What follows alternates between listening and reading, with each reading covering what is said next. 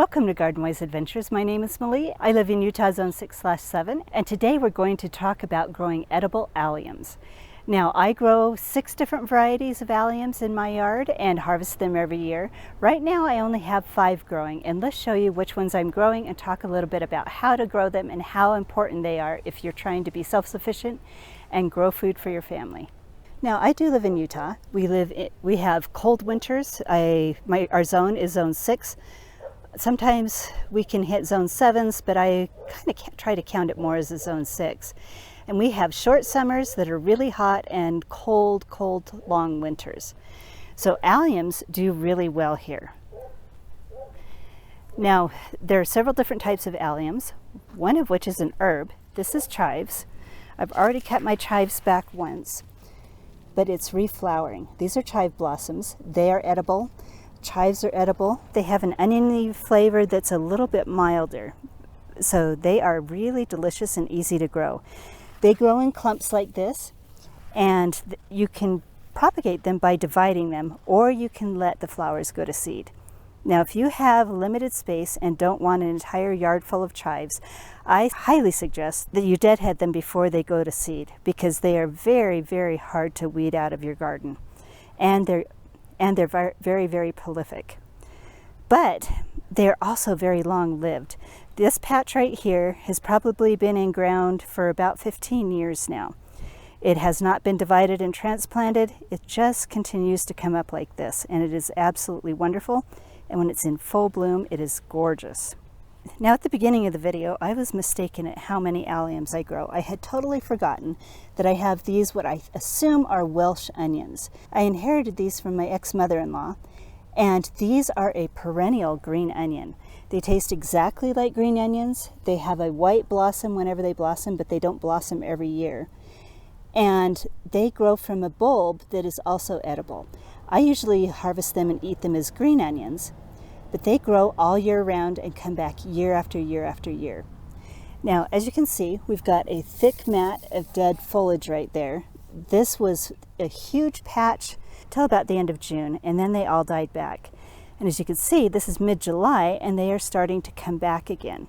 They seem to not like the extreme heat. You know, when it gets really, really hot, they will die back like this, but then they immediately grow back. Now, these are very, very easy to grow by division. All you have to do is just dig them up and divide them. Even if you have one bulb, you'll get a clump of them the next year. So these are amazing to grow, and I absolutely love them. Now, the next one is our regular bulbing onions. Now, there are many videos out there on how to grow onions, and it's a long topic, and we're just going to cover the very basics. Now, if you're going to grow bulbing onions, first of all, you need to understand where you live. If you live in an area with cold, long winters, you need to have the long day onions, because in areas like ours, we'll have sunrise, really early, and then sunset at 9:30. Very long days. And I think it has to do with the distance you are away from the equator. If you live in the south, you need to grow short day onions because your days are a little bit shorter. And why that's important to know when you grow onions is the bulbs that form underneath the ground form according to the length of the day during midsummer. So if you have a very long day and you have short day onions, you're not going to get bulbs. Now, in this bed, I have 3 different varieties. I just harvested all my yellow onions. This is a Utah Sweet Yellow. The white Utah Sweet Yellow, which is also the Spanish Sweet, is not quite ready yet. And then I don't know the variety, but I also have a red onion that is also not ready yet. Now, the way to be able to tell when an onion is ready to harvest is you'll start to see the necks flop. Now, this one right here, if you'll notice, it's starting to flop over. When it flops over, that means that the onion bulb is not going to get any bigger, that it's just going to start to die back. Now, I'm going to leave this one in ground a little bit longer. It's not going to get any bigger. This is a smaller one. But we're just going to wait a little bit and see if more of them flop over, and then we'll do more of a harvest. And I'm going to show you my yellow ones because those were much bigger. This is a yellow one that didn't get harvested because it hasn't flopped over yet. And I think my red ones have quite a while to go. Now I planted these onions by seed at the end of January and grew them out in little pots and then transplanted them into the garden. And there's many different ways to grow onions. You can start them by seed. Sometimes that's a little tricky. You can purchase seed starts at your nursery, which are very easy. I did that for many years, and sometimes I still do that. You can order them online where they've already grown them out, cut them back. Then you have bulbs with the green attached that you can plant into the garden. That's an excellent way to start them. The way that I would not start them is the packages of onion bulbs that you get at the store. Those little packages of onion bulbs do not do as well, especially if you have long day onions. The reason for that is onions are biennial plants. That means the first year they grow, form bulbs. The next year they will set flowers and seeds, and then they'll die back. Now, you do not want your onions to set flower because the stalk will form a large, thick portion in the middle of your onion, which is unusable. You could still eat the onion, but it takes away from the usability of your onions. And sometimes onions can be tricked into thinking that they are on their second year by either weather or when they're grown by those little bulbs. Matter of fact, I think those little bulbs are grown one year, harvested, and then sent out the next year. So that is their second year, and they tend to go to seed for me very quickly. I do have onions on their first year that sometimes go to seed, and that is when they've hit some sort of stress, and that stress is usually cold weather. So if I plant these too early and they get a freeze, and they hit a freeze, then they will think it's their second year, that they've gone through a winter, and they will flower that same year. So I always plant my onions in March after all the hard freezes are finished. They can take frosts, but the hard freezes are what trigger that flowering. So onions are number 3. Now number 4 is leeks, and this is the first year that I am growing leeks, so I don't have a lot of good information based off of experience to give you, but I have watched a lot of videos like a lot of you. So that's where I'm getting my information, is doing my own research and reading about it. And I would suggest you do your own research before you try to grow leeks. Now leeks are a long season plant. They need a long season to mature. These were all started by seed at the same time I started my onions. I started them in January. I planted these out in March with my onions. And from what I've read, leeks are not as cold sensitive as onions. You're not going to have them set flower because they hit freezes. But I decided to plant them out in March, and I am not planning on harvesting these until fall or early winter. These, from what I've heard, leeks from what I've heard, will get sweeter and better flavor if they hit some freezes in the fall and early winter. Matter of fact, I've heard you can leave, if they're mature, you can leave them out with a little bit of protection in cold climate areas and harvest leeks throughout the winter. So we're going to try that and see what happens. Now the question that I've had, and maybe some of you can help me answer that, is that I remember a long time ago watching videos about growing leeks where they said that you need to hill them up and blanch the stems to make them usable. Now when I planted these, I planted them in a trench and planted them really deep, but I'm not going through the trouble of trenching them, and I'm hoping that that doesn't ruin my harvest, and I'd love to hear your opinions on that. Now the last 2 alliums that I'm going to cover are garlic and shallots, and I've already harvested those, so I'm going to go show you my harvest and do a quick overview of how I process those. But before I do that, I wanted to talk a little bit about the growing requirements for alliums. Now all alliums do need full sun. They need full sun, a good amount of water, and they need fertilizer. So the onions that I grew back here, I fertilized them 3 times so far this year. In the spring when I planted them, about 6 weeks later, and then another 6 weeks later. I am not fertilizing them right now because they are getting ready to be harvested. Garlic needs a cold period. If you live in a warm climate, you can put them in your refrigerator for several weeks to simulate the cold climate. But here in Utah, I plant garlic in the end of near the end of October. Then they overwinter in my garden. No matter how cold it gets, they're fine. They just overwinter in the garden, and then they grow in the spring, and I harvest them at the end of June. Shallots are the same. I plant shallots by the little bulbs, and I plant those in the fall. let those overwinter. They grow in the spring, and I harvest them the same time I harvest my garlic. And those do definitely need a lot of fertilizer and a lot of water. So let's go show you the harvest of my garlic and my shallots, show you the first harvest of my onions, and talk a little bit about how I preserve them. So this is the harvest of my shallots and my garlic, and no, this is not where I cured them. I cured them in my garage.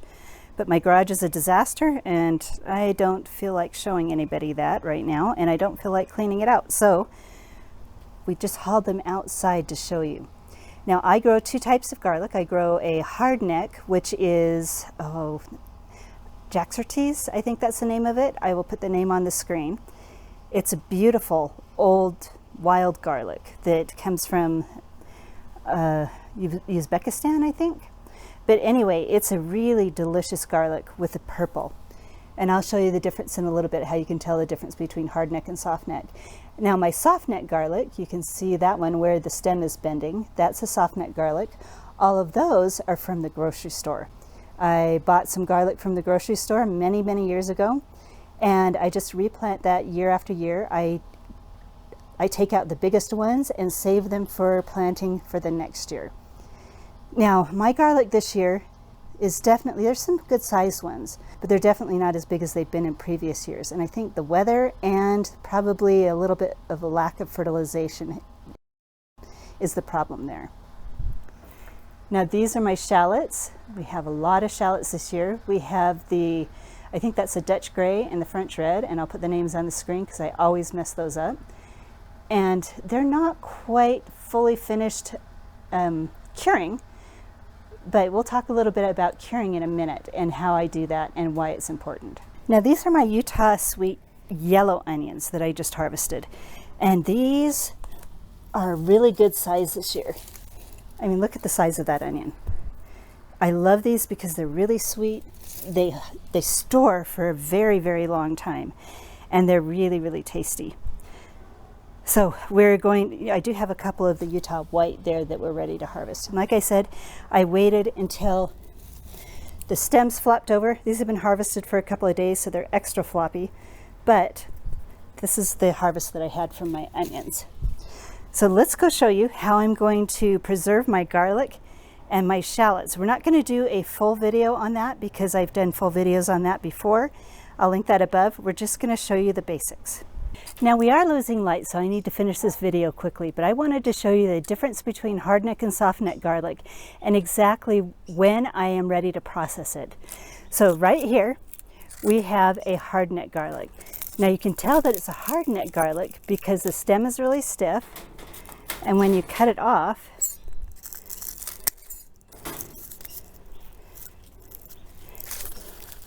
maybe you can see it, there's a little hard stem. That's the flower stem that is in there. Now hardneck garlics are the ones that develop scapes, so that little stem is where the scape came out of the garlic.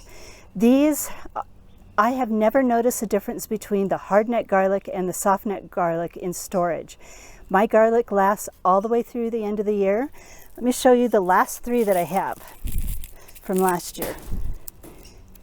We have a hardneck one right here, perfectly firm, still really good. We're starting to get a little bit of green in the center, but it is really, really still just absolutely fine. This is another hardneck one, and this is a softneck one. So we do not have the stem in the center. So we have two hardnecks and one softneck. That's all that I have left from last year, just in time for this year's harvest. So this one right here is another hardneck one, but I wanted to show you something really interesting. Now if you look right here, we have little tiny bulbules coming out of the stem. Now when you pull those off, it's a little bulbule, and this is a garlic seed. It's a modified flower that did not make it all the way up to the top of the garlic. Most of the time you see this, matter of fact, I think all the time you see this on the hardneck garlics. It's just a genetic mutation. And I plant these, the largest ones I plant every year. And what happens is the first year, they turn into this. So this is a single bulb of garlic. You can eat it if you want this way. It's absolutely fine. It's just one clove of garlic. Or you can replant it and it turns into a head of garlic with lots of cloves. So when you plant the bulbules, the garlic bulbules like this, the seed garlic, it takes 2 years to get the full harvest. So I do save these and I do plant them. I plant them around the edges of my bed so I know where they are, and then I will harvest them when I harvest the rest of the garlic and just save those to plant for the next year. Sometimes I'll eat them if I have a lot. Now this is a soft nut garlic. It doesn't have that hard center in it. And when you cut it, you can see that it's just the papers, the garlic papers all together, and we don't have that flower stem in it. I'll see if I can get a close-up shot of that. Now, hardneck and softneck garlic, like I said, store the same on my property. Like I showed you last year's, this is mid-July. I harvested them exactly a year ago in July, and these could probably go another 2 months, except for I'll be eating them, so they won't last another 2 months. But there's a lot of people who say, I think they say that the hardneck garlic stores longer. I'm not sure, but you're going to have to do some research for your area and see which one is the best to grow in your area. Now I harvest shallots the same time as I harvest garlic, and I process them the same. I just go through and I cut off the stem. And then I harvest these in bags. Then I store these in bags. I like these mesh bags.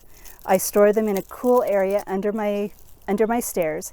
And from what I've noticed, I think this is the Dutch gray, French red. I'll put the name on the screen.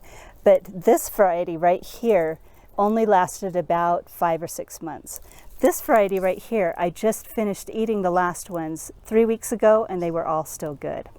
So this variety lasts a very, very long time. So like I said, I put them under my stairs in a dark, cool area, store them in mesh bags, and they last a really long time. Now my garlic, I don't store those in a cool area. I store them in this basket. I've stored them in this basket for many, many years, just in my kitchen with the stems cut off. I don't braid them. I don't take the time to do that.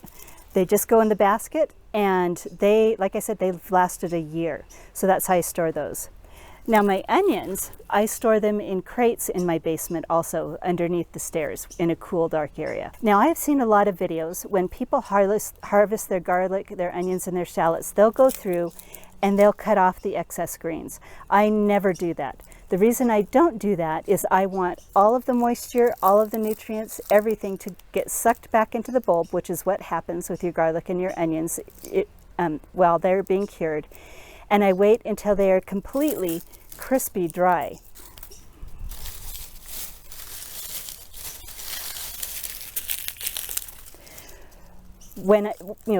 I wait until this area right next to the bulb is so dry that there is no moisture in it at all. It's crunchy, it's closed off completely. When you cut this off, there's no moisture in it, and that's how I get long storage on my garlic and onions and shallots. All of them are the same. I never cut back the leaves before they're completely dry, and I always let them dry out completely before I cut the leaves off. And that's how you get long storage. Now I think there's nothing more rewarding than growing a full year's harvest of alliums. They complement every meal, they're easy to grow, and you really feel like you've accomplished something when you do that. You save a lot of money by growing your own, and especially if you grow by seed. If you can start all of these by seed or save your harvest and plant the largest, best ones year after year, sometimes the cost can be almost zero. Now the last allium that I didn't mention, because I don't have it growing right now, I usually grow that over the winter under cover or indoors, is bunching onions. Now bunching onions are a green onion. They grow in a little bunch, they don't form bulbs, and they're an annual, and you can just use those for your green onions. Those are easy to grow by seed, and that's the only way that I know of to grow them, unless you just go to the nursery and buy starts of them. And they can grow all year round. I just like growing them over the winter because I have the rest of these and my Welsh onions that I can use as green onions for the rest of the year.